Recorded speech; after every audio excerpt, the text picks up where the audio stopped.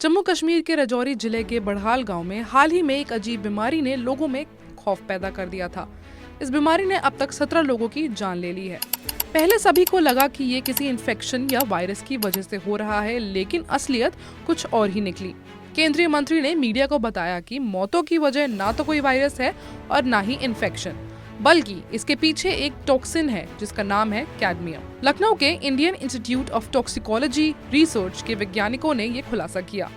अब सवाल उठता है कि आखिर कैडमियम क्या है और ये इतना खतरनाक क्यों है। कैडमियम एक भारी धातु यानी कि हेवी मेटल है जो नेचुरल रूप में मिट्टी, पानी और हवा में पाई जाती है।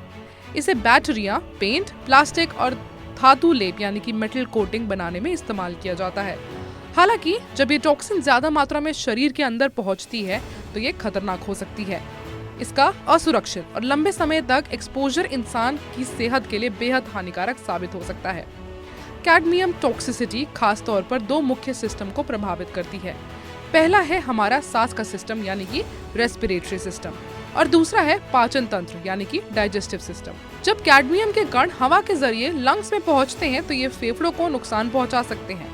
इससे फेफड़ों में सूजन और डैमेज हो सकता है।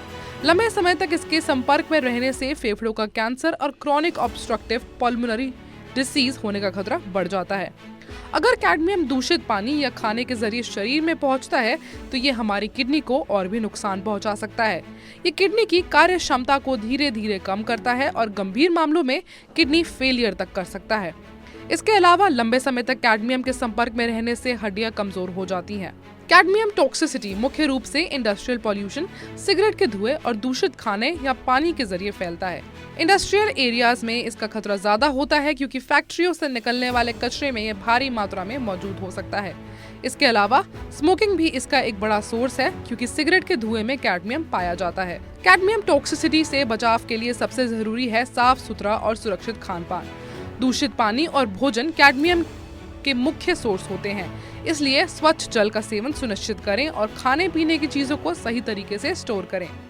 जिन क्षेत्रों में प्रदूषण ज्यादा है वहां मास्क पहनना और खुद को वायु प्रदूषण से बचाना बहुत जरूरी है। सिगरेट पीने से भी कैडमियम शरीर में जा सकता है, इसलिए तंबाकू और स्मोकिंग से बचना चाहिए। इंडस्ट्रियल एरियाज में जहां भारी धातुएं जैसे कैडमियम का इस्तेमाल होता है वहां कड़ी निगरानी और सख्त नियम लागू किए जाने चाहिए।